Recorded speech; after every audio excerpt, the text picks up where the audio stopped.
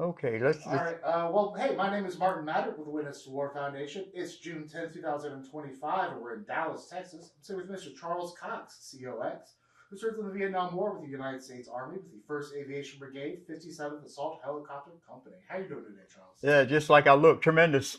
That's what I always say, catch people off guard. I might Okay, steal that one from okay, you. discover. Yes, You can discover it. sir. Okay. Well, my first question today is where are you from originally? I'm born and raised in Dallas, Texas here. Um, Tell me about your folks. well, I was raised single parent. Uh, my grandmother and mother raised me, my brother and a sister. My brother's dearly departed. My sister's still here. And I was raised in a housing project with low income, I didn't find out till years later that we were living in the ghetto, So, I mean, it was nice, comfortable, plenty of kids there to play with. So we all went to school together, grew up uh, real close in the neighborhood. So, on occasions, this is when I was young, we would go to the country in the summertime, work in the fields, picking cotton primarily, which is a lost art. I'm glad it is. but then back to school when it's time to go to school. So Right. Now, was there any military history in your family at all? my uncle was a Korean war vet, but he lived in San Francisco. So when he got out, he came to Dallas, went back to San Francisco, West Coast for the opportunities. So we had part of the family uh, in on the West Coast and part of the family here, which they were part of that great migration back in the 50s that went west. Okay. So, was joining the service something you had on your mind growing up, or did you have other ambitions? I guess it was kind of the adventure. And I read all the war story, Combat, Ice Cream Soldier, Johnny Red Cloud, Ace, and all those comic books, and wild for those adventures. Uh, and of course, when the Vietnam War came along, I was in high school, and I thought, well, they gave us a sale pitch about how the Green Berets and this and that and us and so were doing such a fantastic job, and I thought about, man, I'd really like to do that. However, I got married while I was in high school, and I'm still married to the young lady now, which is, if we see 2 weeks from now, it'll be 60 years of marriage. Wow. So I got married, and there goes my adventure, I thought at that time. I went to work at Texas Instruments as a machinist. It was kind of one of these, I went through the wrong door at the employment office. I went looking for a job. They were saying that TI was hiring janitors for $1.25 an hour. I was washing dishes for $1 an hour. $1.25, man, I could really use that with a family. And when I went to the employment agency, the guy says, okay, go through that door over there. And it was two doors. I went through the wrong door. Instead of going through the janitorial door, I went to the machine shop training. And I was too ashamed to tell them I was in the wrong place. So I sit there, and lo and behold, I had a good foundation in school, math and science. So I learned to be a machinist. So I got a job at Texas Instrument at $2 an hour, which was really great. And the war was going on. We were making war materials there at This is like Texas. mid 65? No, this was 66. Okay. Yeah, 66, right out of high school when I got it. Anyway, so 66, went to work at Texas Instrument. And I stayed there a couple of years as the war went on, went on, went on. And when they started downsizing, I was working at another place, finally got to be a janitor at Kip's hamburger joint. So I was working there and wasn't making very much money doing that. So I said, well, I'll go join the military. And I think somewhere in the back of my mind, I was looking for the sympathy vote because people went to the military, oh no, you don't go to the military. We can help you out, do this, do that, lo and behold. But then there was that sense of adventure also that I wanted to experience. So I wanted to go and join up as a Green Beret. And this is with a wife, family. That's the only MOS you could do was be a Green Beret and you could get into the military. This was in 70. So I said, well, sign me up for the Green Beret.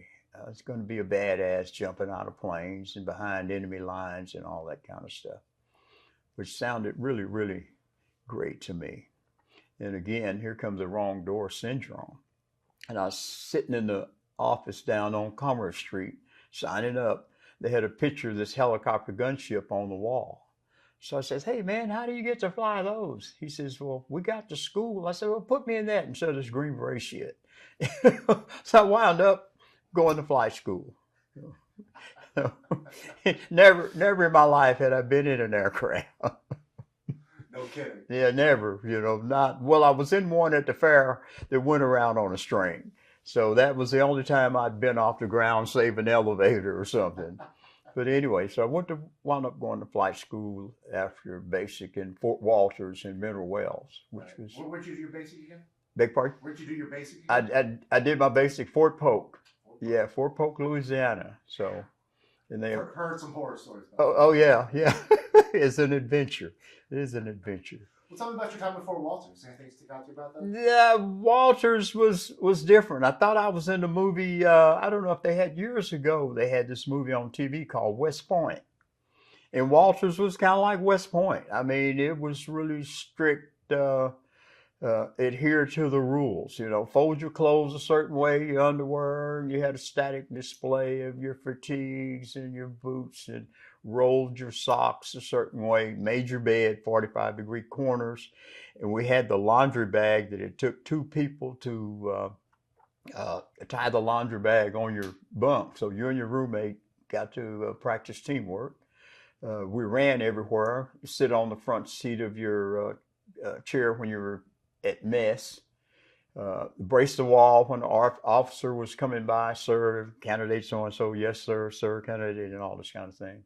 So it was a strict regiment that in pre-flight, and they said they were making sure that you could adhere to the training in flight training. So they put us through a lot of mental stuff in pre-flight. So luckily I had some guys help me through, and I made it through because I was having problems with the fold your clothes and roll your socks and shine your shoes and all this kind of starch fatigues, stuff like that. I didn't have that many clothes when I was on the start anyway. So, but it was an ordeal, and I'm glad I learned, went through the discipline, learned, kept up my studies, and wound up uh, making it through pre-flight. So pre-flight was the first part of it. So I made it through pre-flight and went to flight training. And did you go to Rucker or did you go to? No, we trained primarily at Fort Walters. Okay. Yeah, the primary was did. Oh, right. Yeah. But then the next flight school is at Rucker. Yeah, or Hunter. Advance. Yeah, I went to Rucker for advance. Nice. Yeah. So and Fort Walters was it was an adventure also. I was the last one in my platoon to solo. I just couldn't get the gas, feel, or it just didn't, whatever. The light didn't come on. So they changed IPs on me, instructor pilots. It gave me this old World War II Korean War vet pilot for my flight instructor. This old fart, he must have been old as dirt, but he was a Jim Dandy pilot. He was a Jim Dandy instructor too. Yeah. So it wasn't very long that he had me flying like a hummingbird. So and that was I enjoyed that. We did the idiot circle for I think about a month or 6 weeks, just flying a traffic pattern. And that was P1, phase one. Phase two, you just went out to the heliport, you got a bird, and you went and worked in a certain area, practicing your landings, takeoff, hovering, flying into pinnacles and down canyons, and it was a blast. Like you had your own sports car and they turned you loose. So that was really a blast. And were they still tossing y'all in the Holiday Inn pool when you soloed? now they stopped that because some Vietnamese kid drowned. And I think it was a class before mine that they were throwing them into the pool, and they said, whatever you do, don't throw anybody in the pool. Well, several people got pushed, but it was ironic because they were training BDAF there also at the same time they were training us. But they had just stopped that, throwing them in the pool. Oh man. Yeah, so that was a trip anyway. So advance over at Rucker. Anything stick out to you about that one? Rucker was altogether different because we were in Alabama, and I had hitched a ride with a friend, Fred Counter, who was in class with me. So when we got ready to go to Rucker, he had a convertible Thunderbird. So we were going to drive, down Rucker. And years later at a reunion, he was saying that he didn't know what danger he was taking in his hand riding with me through sunny southeast Alabama and Mississippi at that time. So anyway, but it was an adventure. Getting there, when I got there, uh, we were assigned to different companies, platoons, and I got a roommate, John Harris, and Harris and I were the only two guys of color in the class. So Harris was prior service. He had served in Vietnam already as a sergeant. Yeah, he was infantry, but we were going through flight school together. And but other and Rucker was just training on all flights. So they said, if you got this far, you're probably bound to make it and graduate. We did instrument training first in the I think it's a H-13, something like that. And it was kind of ironic. We were sitting on the pad one day, warming up, getting ready to take off to do this instrument maneuvers, and we heard on the radio, "Hey, so and so, have you entered the tail number? You're on fire." And we says, "Yeah, I was wondering who that idiot is on fire on the heliport." It was us. We're sitting there on the heliport, and the supercharger or something on the bird. He did something on it. Anyway, we're sitting up there, bird's on fire, and we're sitting in it. And eventually he says, "Oh shit, that's us. Get out of here." So they came, put the fire out, give us another bird, and away we went. So it's kind of different. It was mostly, well, Rucker wasn't very mountainous, but I noticed every morning when we go to the flight line, it was a brown ring around the horizon. And somebody said, well, that's the coal they're burning, because they burned a lot of coal there at that time. So that was just the whatever. So, Definitely an environment a down there different in South environment. Alabama. Yes, yeah, definitely environment. So you graduated around like late 70, 71? 71. Yeah, I think our class was 7105. All right. And I think they gave us a month leave to get your affairs and all that in order, and away you went. And I think they sent my whole class over except the guys that were either prior service or National Guard. So, and one of my best friends, he got to go to Korea because his brother had got drafted at the time. And he asked his brother, "You want to go to Vietnam and I'll go, or I'll go," one of the others. His brother chose to go.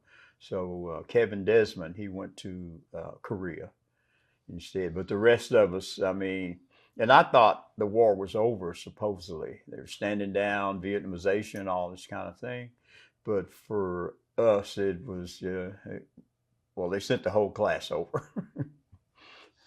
Personally, how did you feel about going to Vietnam, even as it's winding down, supposedly? How did you feel about it? Well, I thought being a pilot, we wasn't going to be in the thick of things, maybe resupply and what have you. However, I think a month before I graduated, 2 months, they started a big operation to put you in the Laos, and they had it on TV every night about how many helicopters they were losing on this big move going into Laos to do what Vietnamization and stuff. And I remember going to the chaplain, and this is what several of us, I guess I wasn't the one come up with this plan originally, go to the chaplain, tell him, "Oh man, I don't want to go over and kill anybody. I just want to, do my service. And gee, my religion says," and he wasn't no good at all. He was working for the man. That's what we said, because he tell us, and this is what his word was: "Son, you've been making really good money here in flight school, haven't you?" "Oh, yes, yes, sir. Been making good money. Having it pretty easy, just flying, hour a day. That's all you do." "Yes, yes, oh, yeah." "Well, it's time to go earn that money that they've been giving you." And oh, shit. So that was the end of that. So it was all, well, what else can you do to me? I'm going to Nam. And then still, I was looking forward to the adventure. I was looking forward to the adventure. Absolutely. So, yeah. So tell me about the trip overseas. How'd you get there?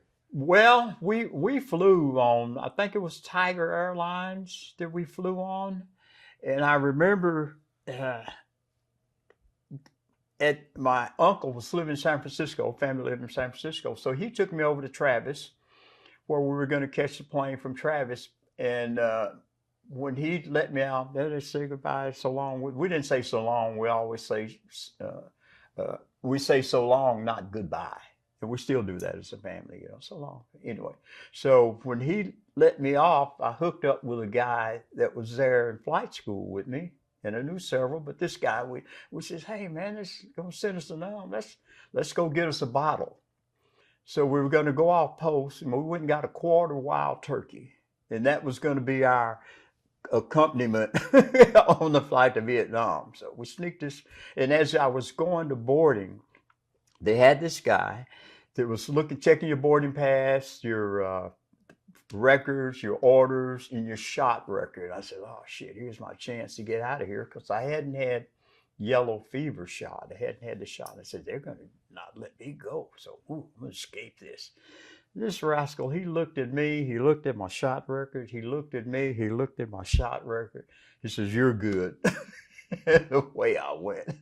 So on the plane, I'm sitting here with my buddy. We got this quart of booze. We got wild turkey. So we wanted to get really good and smashed. So we were sipping on this about somewhere over the Pacific. The stewardess comes up and says, hey, you guys can't have that bottle of booze on here. He says, well, put us off. What are you going to do? You're going to send us to Nam, So anyway, I think about the time we finished the bottle, we gave her the empty bottle and says, here, do something with this. Anyway, I remember getting to, I think it was Nakota, Japan, where we stopped for a few hours and reboarded and then went on into Vietnam. And I remember going down the coast of Vietnam and looking out the window, and it was lit up like a Roman candle. And I went, oh shit, what's going on? From the bombing, the artillery and all this kind of stuff up north. And you could see a lot of this stuff just all on the horizon, we got to Bien Hoa late that night. And I think the club was still open. I didn't know anything about jet lag or anything. I don't know. It's just, I ain't sleepy, and here it is, midnight. They assigned us some bunks. We went to the club. The club closed, so you come back to your bunk, had your mosquito nets. I ain't know shit about that. So I heard this sound like hummingbirds. You say a mosquito. I didn't know about putting the net down, spraying, and then, killing whatever mosquitoes may have been or whatever. I just got in the bed, pulled the net, and then got ate up by mosquitoes. So I said, well, hell, I'm going to do something. I can't sleep. I can't live like this. Be sure and take this malaria pill, which seemed like it was as big as my watch. I couldn't get it down. So I decided I'd go to the shower. I'd hide out in the shower. Here's a whole group of other guys in the shower too. They couldn't sleep, blah, blah, blah, blah, blah. So I think we got our, I don't know if we got flight suits and gear then or waited till we got to our unit. It may have been when we got to our unit. I don't know. But so, you think after all these years of war, they would have told you how to put the mosquito nets up? Yeah. Yeah, you think, but we didn't do that in basic or in Walter, so what the hell? So it was one of those, a lot of stuff, you'll learn it as you go. You'll learn it as you go. So, but anyway, so we started, I think we went to headquarters. They told us, okay, you're going to such and such, 1st Aviation Brigade, which was based in Tui Hoa. So the next day, I think I went to Tui Hoa. And we were getting assigned to units in Tui Hoa. And we had this organization was called WOPA. You ever heard of, they ever tell you about that WOPA? Rings a bell, but for people at home. Okay, WOPA was Warrant Officer Protective Agency is what it was. And we were supposed to protect each other because you go around a lot of rules. So if somebody gets in a fix, we said, yeah, we'll back you up or some shit like that, or we'll always be there for you, which was, made you feel kind of a little bit comfortable. And from Tuiwa, I think I don't know, we may have went to Cameron Bay first, then Tuiwa. But from Tuiwa, we were going up north, went to the train. I hooked up with a guy that was from my class.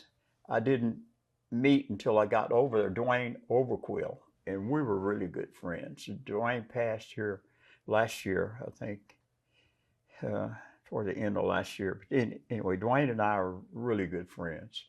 We wound up going to the same unit in Pleiku. And when we got orders there in either Tuawa and the train said we're going to Pleiku, people, oh shit, man, you're going to Pleiku, Rocket City. Rocket City is all we heard about Pleiku, Rocket City. So anyway, we got to Pleiku and we were supposed to go to a unit called Chicken Man. It was a cav unit, but they were short of pilots. So the CO from the Gladiators, he kind of shanghaied us. He got to the wherever it was office first and shanghaied me and Dwayne and put us in his unit, the Gladiators, which was the Gladiators were different. When you see a movie with a bunch of helicopters with a bunch of troops going into an area, well, that's what Chicken Man did. They did the combat assaults like the Cav. In the Gladiators, what we did, we supported the 5th Special Forces Recon, CCC, Command and Control Center, Central. And what we did is we would insert and extract recon teams in Laos and Cambodia. It's a single ship deal. So single ship LZs is not big company base and a lot of guys. You just take out a recon team, 8 to 12 guys, and put them into a place on the other side of the border where we wasn't supposed to be, and then later you go and extract them if they were there, if you can get in and out. So with the Gladiators tell out, it was all that adventure that I wanted in the Special Forces that I, got directly and indirectly.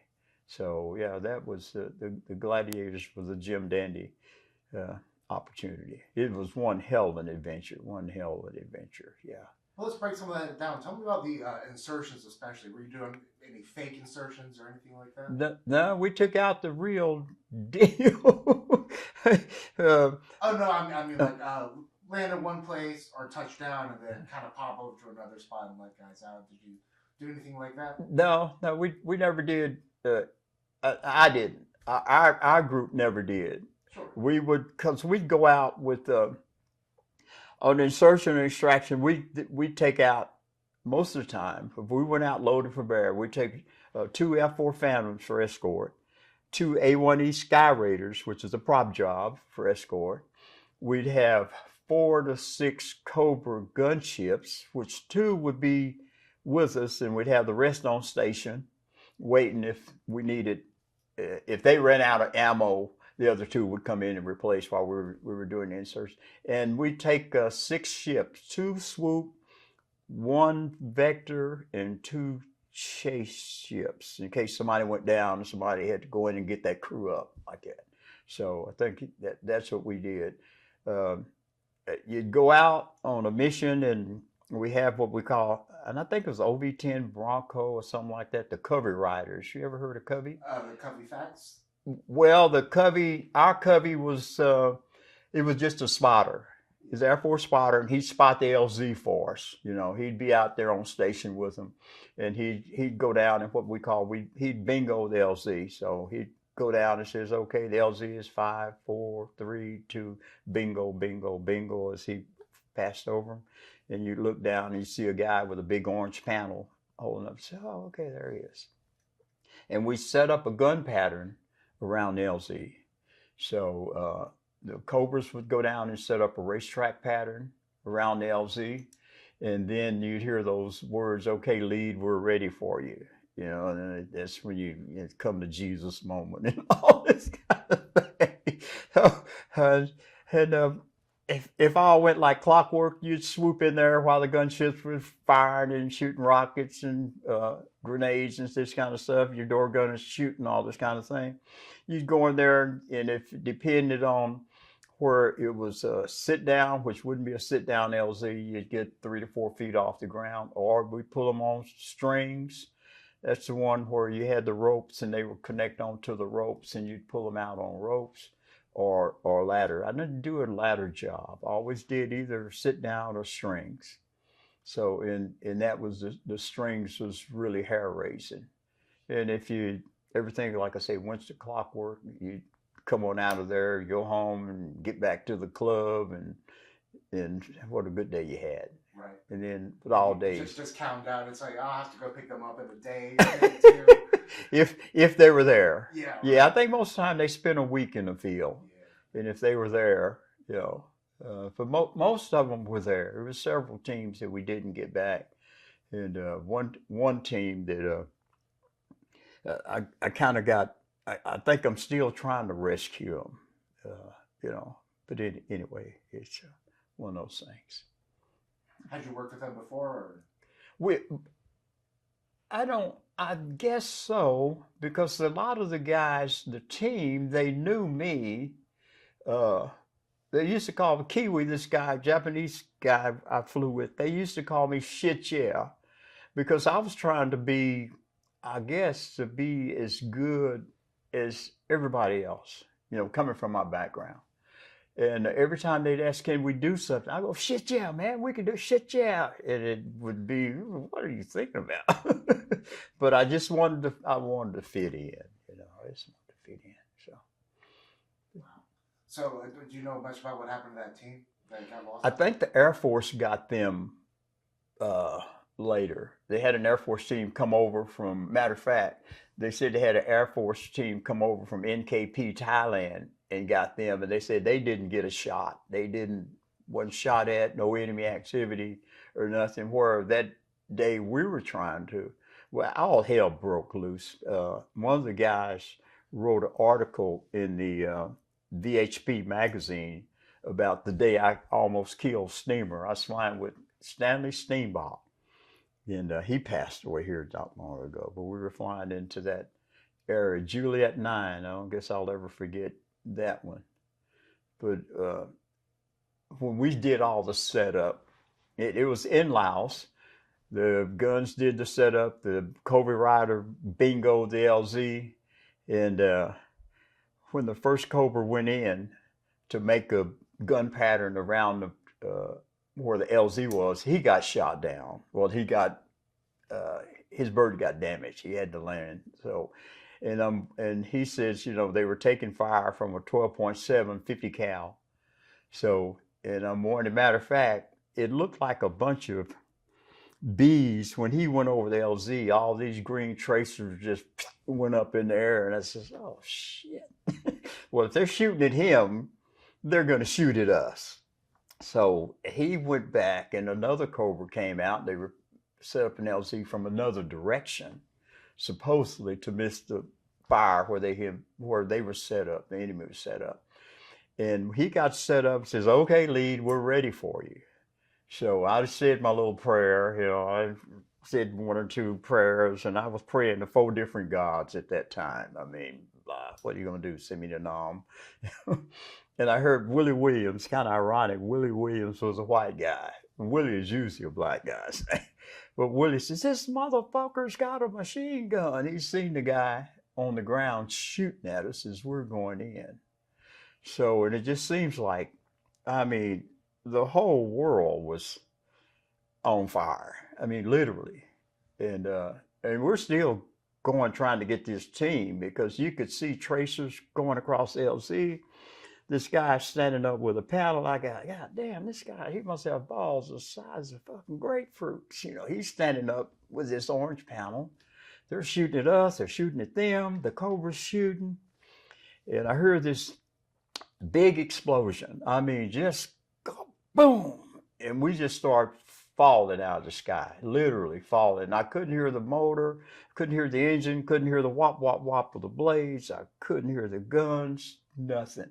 All I could do was see these jagged trees coming up to us like spikes.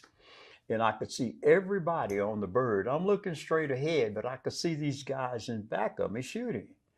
And I says, oh shit, man. and just before we hit the trees, I heard wop, wop, wop, wop, wop. And the bird starts to climb up out of the LZ.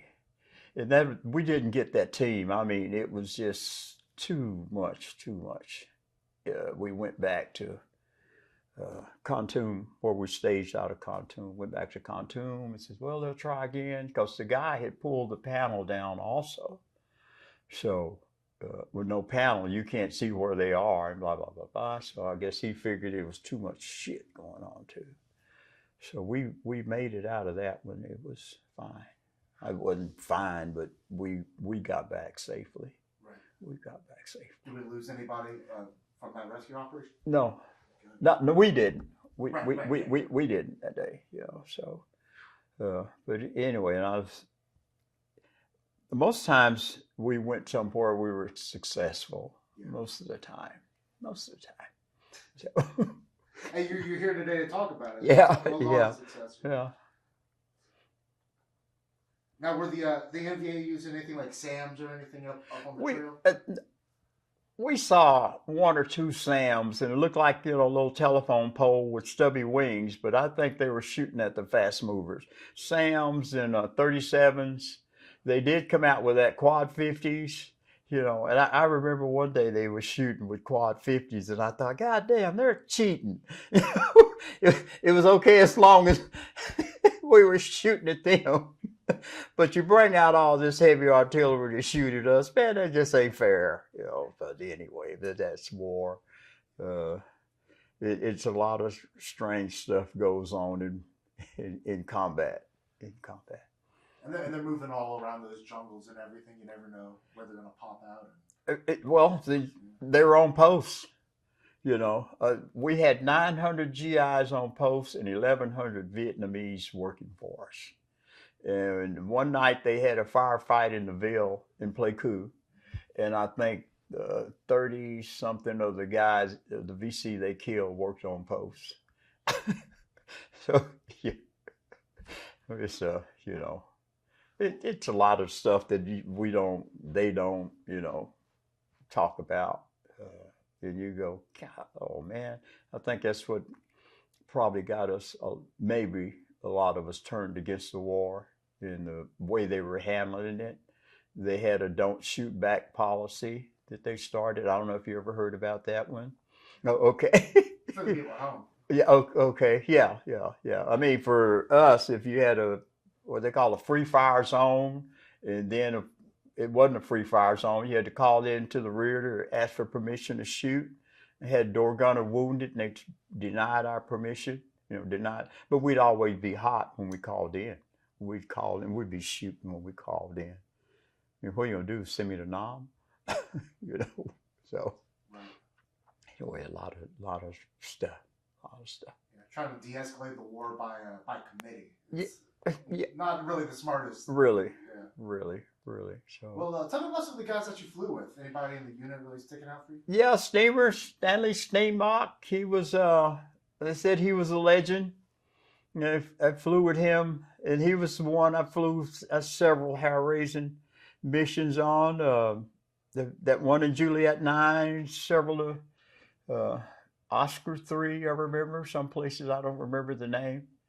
But I remember going to pick up a team, and they were on the run, and they had ran to the edge of this cliff and overlooking a canyon. It's like a 200-foot drop. And they had radioed us and says, you know, we didn't have enough room to get in because of all the trees right next to the ledge. So they blew a lot of the trees. And it says, okay, we've got an LZ carved out for you right on the side of this canyon. So Steamer says, okay, we go in to land.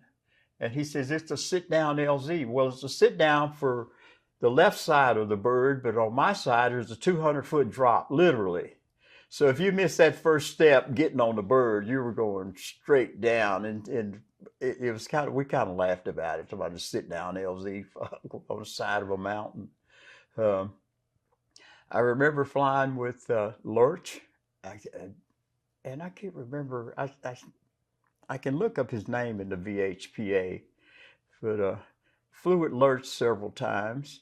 we had medevac the CO and door gunner one day. They got wounded, and we had to medevac them back to base camp, which was hair raising.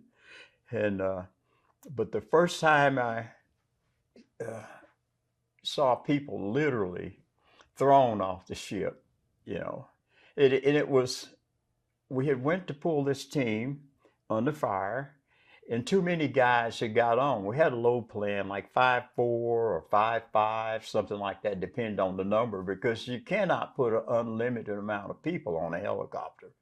Well, people shooting at you and you're running for your life, you kind of forget the load plan. Well, too many guys got on the bird, and I was flying Peter pilot, and my job was to monitor the instruments while we're, that's it. You monitor the instruments because something goes wrong. We need to know it literally before it happens. So I think it's 6 or 7 guys got on. It was supposed to be like a 5-4 load plan, 5-5. 6 or 7 guys got on. And the main rotor started bleeding off. It just had too much weight. And I'm hollering to see, bleeding off, bleeding off. This is before the master caution sounded. It's watching attacks. Main rotor speeds bleeding off, and we're sinking. And I guess every unit has a Big John. So one of the door gunners was Big John. And 2 of the guys that had got on, he pushed off the bird. And I thought, oh man, that is, goddamn, how can you do that? You're throwing those other, them or all of us. But we were, I don't know, 10, 15 feet off the ground when he pushed them off. So it wasn't that monumental. And then when you think about it, well, if you hadn't have done it, the whole bird, the team, and everybody would have been killed, rolling down that mountain. So anyway, that's just one of those things. Those guys must have been weighed down pretty heavy with gear and equipment. I think they all carried like 200 pounds of gear, mostly ammo. Mostly ammo, because you don't want to run out of ammo. It's just Jan Sirocco that was supposed to make it today. He was saying, a gun without bullets is just a club. So But anyway, yeah, they carried a lot of gear. So we had one guy. We were inserting a team, and they were supposed to be planting some listening devices. And the guy jumped off the bird. I think it was at like a 10-foot hover, and he jumped off and broke his leg. So, that's into that mission. So, yeah. I've heard that story a few times. Mm-hmm. Yeah, we were trying to land in the elephant grass, and we just kept, going down, down, down, and the elephant grass, spread from the rotor wash. And then as we kept going down, it started coming back into the bird. We said, hell, we can't go down any further. And we were still 10, 15 feet off the ground. So, This stuff is like frighteningly tall. Exactly, yeah. Mm-hmm. Any other extractions really standing out for you? One, and I can't remember, it may have been Oscar 3, one where we literally, and we always say shot down, but Tom. Damaged and out of commission? Yeah, out of commission. Well, we went down in the jungle trying to get the team. I mean, literally, and it was 2 days before they got us out on strings. And that was one of those, I was scared shitless because all I had was a 38. I thought I was cool with a 38 and a shoulder holster. Everybody else got automatic weapons, but hell, I don't need no automatic weapon. I'm a pilot. I ain't going to be doing the shit. Anyway, we went down. I'm in the jungle with 38. But I was with the team. So, and we just ran with the team. Just whichever way they go, run with the team. And I guess I got a really, really good taste of war, running through the jungle, setting up a mechanical ambush. I mean, or you set up claymore mines and you hear the bad guys are coming, you blow the claymores, the ones you don't kill, they run the opposite way, you run the other way, set up another one, and you do this. And it was one hell of an adventure, one that I really don't want to experience again, because you think about, well, hell, you're out in the middle of nowhere, and we had this E&E training from Major Rowe. I'll forget it. He was captured in Vietnam, and he told us what to expect if you were ever captured. that he says, now tell you what, I was in Rucker doing the ND training. He says, you can go with this name, rank, serial number if you want to. But said he was captured with two other guys, a lifer sergeant and a straight leg captain, and he was a butter bar lieutenant. And he said when they were captured, they asked them, questions, and they name, rank, serial number. And this is what he says. He says, well, they said, we're going to question you again. And you come up with this name, rank, serial number, we're going to shoot you. So the next day, they questioned him. The captain went, name, rank, serial number, bam. The sergeant went, name, rank, serial number, bam. They came to him, he started sounding like an auctioneer. It's on you. You're 10,000 miles from home, and it's your life on the line, and he says, I'm not telling you what to do, but he says he started talking, and he convinced them that he was with the engineers, and he started helping them build bridges till they got laxed on him, and he ran off. Okay, so I thought, kind of ironic. I had some dog tags made up on the religion, Buddhist. So I said, if I get captured, I'm gonna tell them I'm Buddhist. Unbeknownst, I never thought they couldn't read English. Okay. Yeah. So that idea, but I still got those Buddhist dog tags. I got some Buddhist dog tags at home. So anyway. That's funny. So you're down there in that jungle for 2 days? For 2 days before they pulled us out. Can you cut the camera off just a second? Start it. I want to ask you just if you had a rifle, sidearm, anything on you while you're down there. A 38. Yeah, that's what I had. 38 was running with the team. 38. I had a few grenades from the team, Claymore from the team, because they had all this stuff, when we went down. But now I had a 38, which was, I thought about that later on. But we used to carry, and Steamer carried a bunch of weapons, but shit, if you're going down, I don't think you're thinking about. I mean, if you land somewhere, maybe you could turn it, but when you're getting shot at, you're going to get the hell out of there. Get the hell out of there.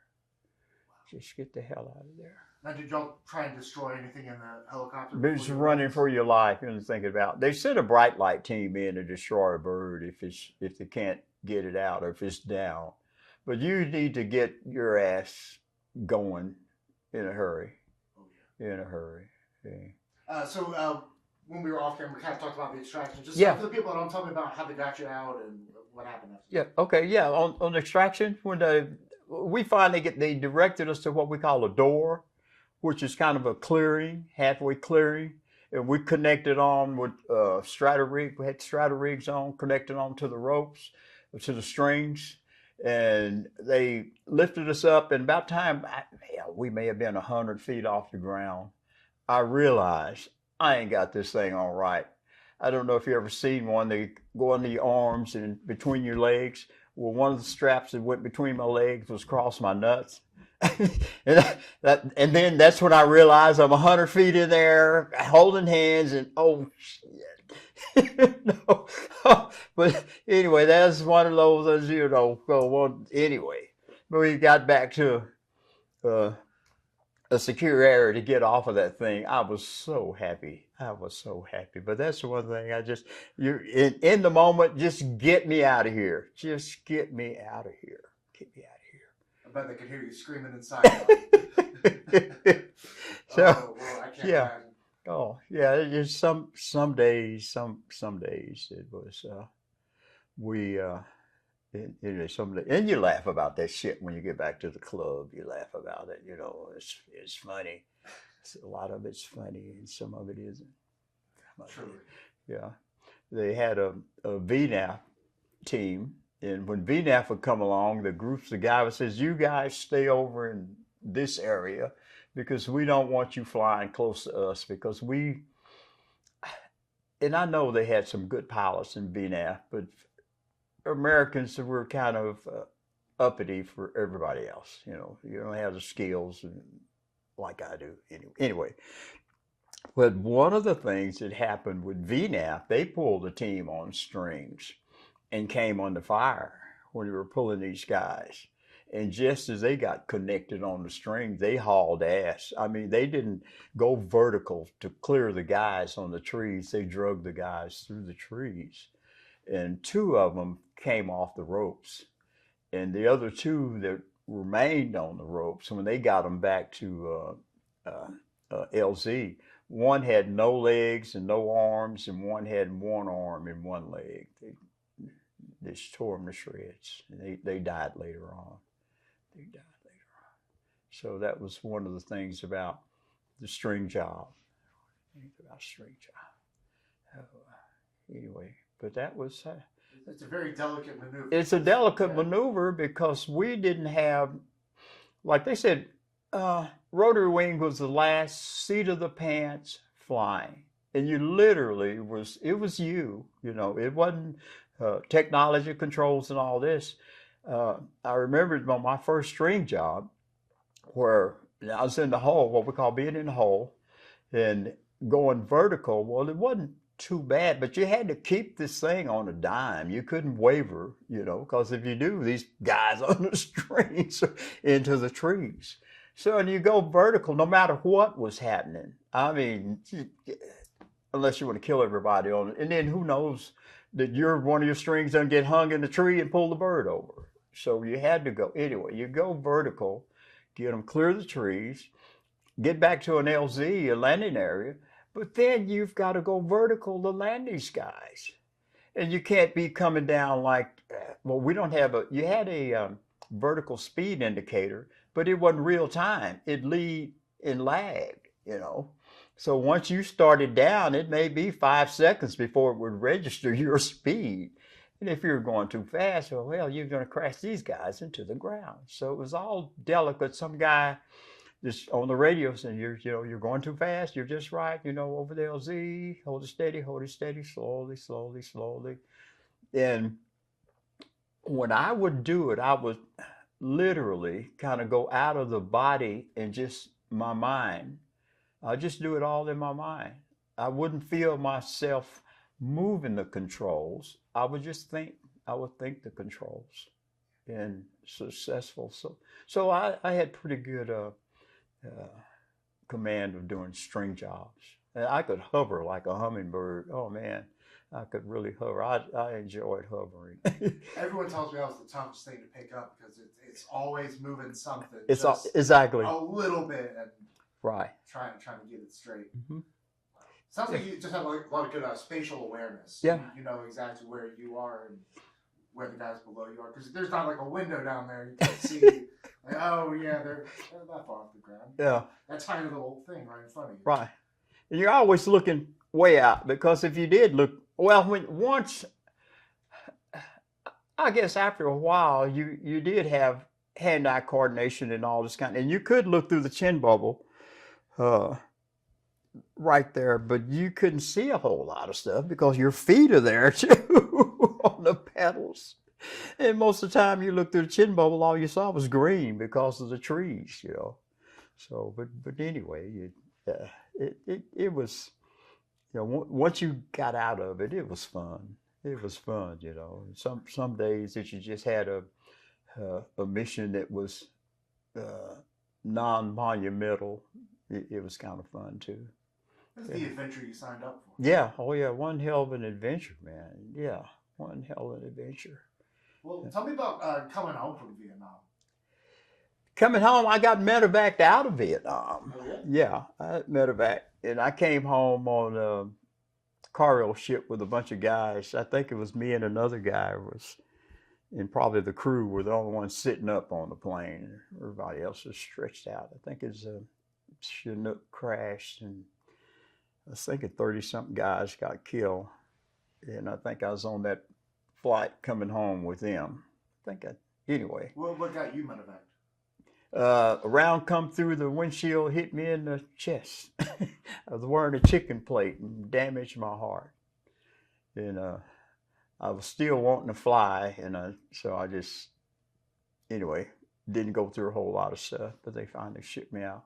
Was that on an insertion or an insertion? Okay. Insertion. It's kind of ironic that Martin I think I was flying with steamer. Can't remember. Martin and the CO got wounded. No, I picked out an LZ landing zone, and we were supposed to be in a local mission. And the CO was flying with steamer. I was flying with Lurch, and I picked out an LZ for us to land in. A local mission was in Vietnam, and we were going to put this team off, kind of like a practice mission. Well, unbeknownst to me, a week before, they had dropped a M60 machine gun and a can of ammo in this LZ that I picked out. I didn't know. Hell, nobody said we dropped a can of ammo and a gun out here, weapon. So as they were approaching to this LZ, I could hear a steamer come on the radio, and right as he keyed the radio, I could hear clack, clack, clack, clack, clack, clack, clack. You could hear the fire, enemy fire. And the steamer, we're taking fire, we're hit, we're hit. Old man's hit in the head. So as he's hauling ass out the LZ, and Lurch and I were on the way in, we just turned around and followed him back. And he was saying, the radios were out except for his Fox mic. He says, the old man's hit in the head, door gunner's wounded. But the guy, the old man, the company commander, he wasn't literally hitting the head. He was hitting the jaw. And a lot of blood's coming out of his helmet. Steamer thought he was hitting the head. So they got back to an area, and we took the captain, now he was Major and Martin, which had been shot in the chest, and took him back to play coup to the aid station, to the hospital. And it was kind of ironic to me that as much blood as Martin had lost, he was just snow white, and they were just cutting his clothes off. I never knew that, well, because you got to find out where the wound is. So, I mean, they just had this scissors just cutting his clothes off and blah, blah, blah, saying he was still conscious. And it wound up being okay. The old man lost a few teeth and stuff, but he wound up being okay also. And I think that was one of the times that I went just, oh shit, because we had to take the team back out there, another team out there, and insert where all this enemy activity is. So on the way back out there, we go to take this team, and a Cobra is flying right alongside. We're in what we call the gun pattern. And he's flying right alongside and cuts loose with this minigun, and it just scares the shit out of me. And he's shooting with the minigun, and somebody on the ground is shooting back at us because I could see all these little sparkles down there. And I go, well, take it fire. So we go into the LZ. The team gets off, and on the way out, I got the damn collective under my arm. The collective is your power. And I'm trying to get out of this place. Once you let the team off, well, your duty there is done, and it's time for you to DD him out. Get out of there. So I got the collective under my, I've got this thing so far to my arm, this balls to the wall. And Steamer Alerts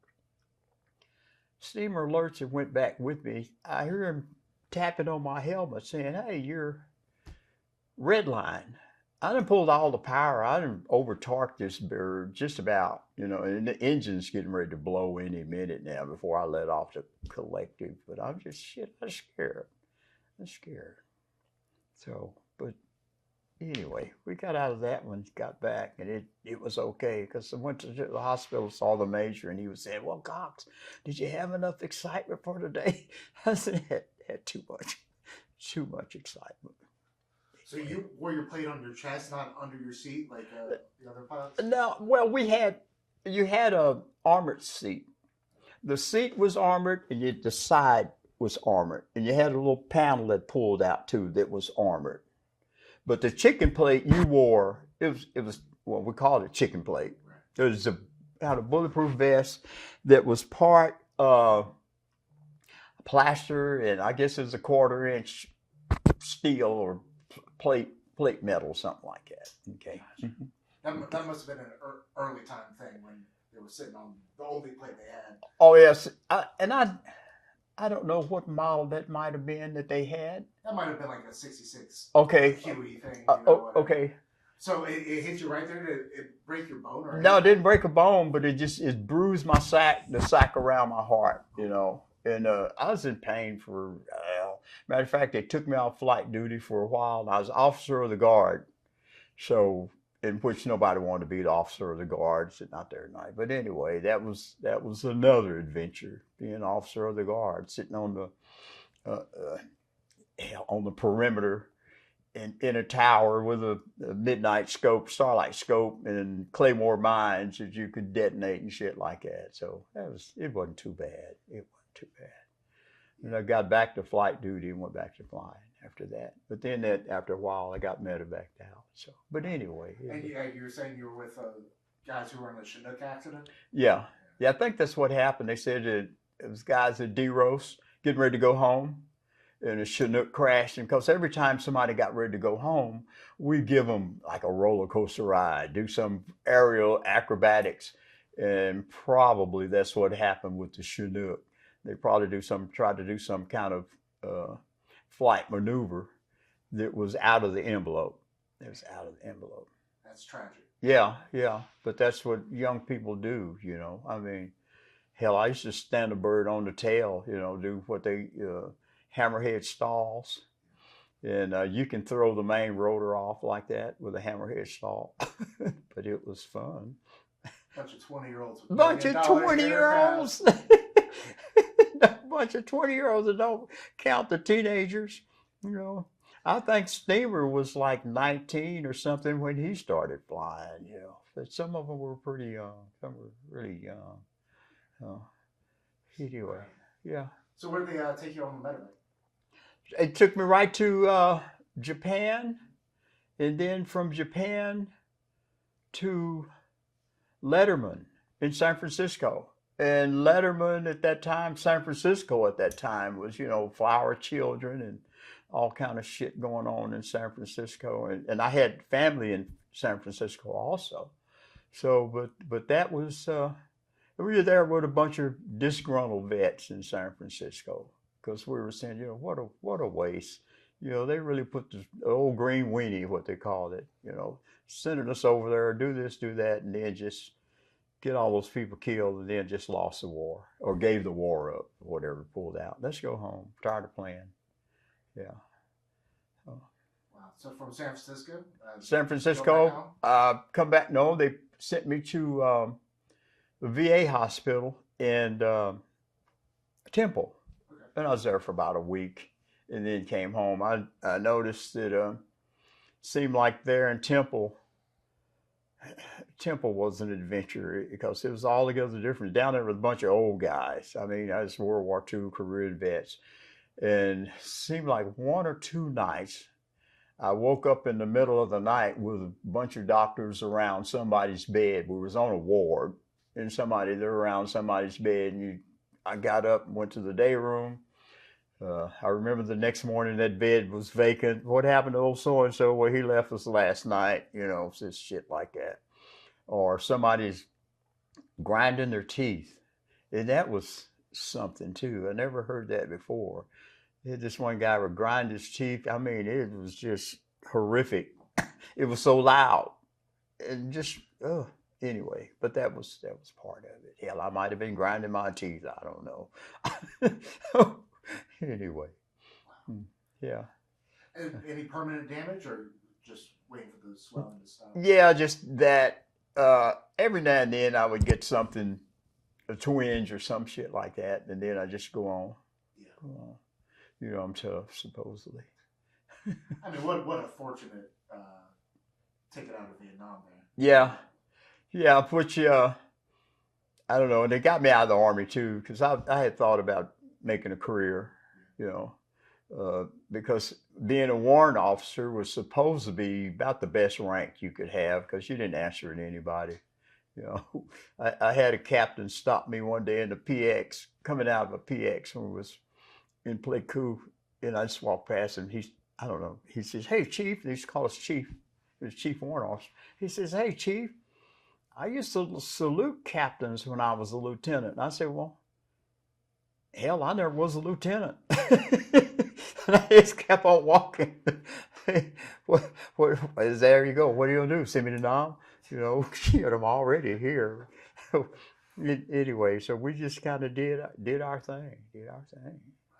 So what did you do when you got out of the service? I went to work at first at plumbing and electrical supply, selling hardware, Yardbirds plumbing and electrical supply. So I sold commodes and bathtubs and siding and stuff like that. Anyway, so I worked there about a year, and then I went back into the machinist. So I got on at Bell Helicopter, and they were saying with my experience as a pilot in combat, I'd be, right on fast track to be a test pilot for them, which never came about. But I was a prototype machinist for Bell, which we worked alongside the engineering when they were coming up with new products. I was on the V-22 program, the V-22 Osprey. Matter of fact, I made the last parts for the first flight production model of the V-22. We did several other projects that we worked on, which that was an experience too. It's kind of sort of that we'd have the engineers come sometimes and they would say, we need a part to do this on the bird. And it says, you make the part and then we'll draw the print. So that was pretty exciting too. So I saw several of my parts that I designed and made, be installed on a bird and they go fly around. Oh, shit, man. So that was an adventure too, an experience. Oh, that's so cool. I bet it was crazy seeing like a blueprint of an Osprey, for the first time. I'm like, what the heck is this? I know. Well, we had the XV-15 first, which was a prototype, and then came on with the Osprey. So I was on that team also. We did the prototype and then did the Osprey, which the first one that flew was really, really, they had all of us out there at the heliport and watch it. So, man. That's so cool. Yeah. I wanted to ask about your family, when you got back from Vietnam. What was that dynamic like? Was she excited you were back? Did you have any troubles, anything like that? Well, I guess coming back, it was kind of like you was in a new world altogether. I mean, just damn near overnight. But I had spent I guess a couple of weeks in country before I actually got home. And it was different, it was different because I don't know what I was expecting. You hear stories and blah, blah, blah, this and that, and what's going on. And I had a family, I had children, and but I think I was primarily wanting to take care of them because that's always been my focus is family, is get out of the situation that I was raised in, which wasn't all that bad. I mean, we didn't know we was poor till we got up older. Everybody was the same. So I mean, if this is poor, I thought poor was like the little rascals eating mush and kind of started like that. But anyway, but I got busy. I got busy. I started going to school and working and having a part-time job and this kind of thing. So. And I stayed really, really busy. And I guess that helped somewhat. That helped somewhat. So we withdrew from Vietnam shortly after you left, and then the war was over definitively in '75. What was it like watching the rest of that play out on TV or in the newspaper back home? Heartbreaking. I was working at Bell at the time, and still, I guess, still had a lot of Vietnam combat baggage, memories, because I'd walk down when you came into Bell through the front gate, you walked through the assembly area where they had all these helicopters that they were assembling at the time, and birds that I had literally flew. The H model is what they were putting together at that time. And it was just kind of a reminder of bygone days and what if days, and wonder why days, uh, just things that I, maybe it's kind of hard to put into words, but I don't know. It was different and new, and I think what kept me really from going way off the deep end was staying busy. And one of the kids asked my wife, had I moved out, because I had two full-time jobs. I'd leave in the morning before they got up. I wouldn't come home till at night when they were in bed. But and it's something, I don't know. So they were comfortable. They were comfortable. The wife was happy. So what more could you ask for? Just kind of living. Maybe a couple hours of sleep. Yeah. On the weekends, you can sleep on the weekend. But it's kind of like the man in the gray flannel suit. You ever see that with Gregory Peck? Yeah, where he went through a whole lot of shit in war and came back. Blah blah blah blah blah. Yeah, but it was an adventure. It was an adventure, and I appreciate it. I'm happy for it. Yeah, I'm happy for it. So, a couple questions to wrap us up today. What do you want people to remember about Vietnam based on all your experiences over That let people take care of themselves instead of us trying to steer them in our direction. It was what I saw seemed like it was a lot of honor and respect that those people had for their people, not the ones at war primarily, but the old people had for the old people, and the young people had for the old people, a lot of that kind of stuff, and seemed like they were happy with what they had. I mean, and I saw people living in squalor conditions, but they still seemed to be contented. Contented. Now, is there any song, if you heard it today, would take you back to your days in Vietnam? Oh yeah, shit, yeah, man, a couple, and it's kind of ironic that I got introduced to him over there was Cosby, Still, Nash and Young, and James Taylor.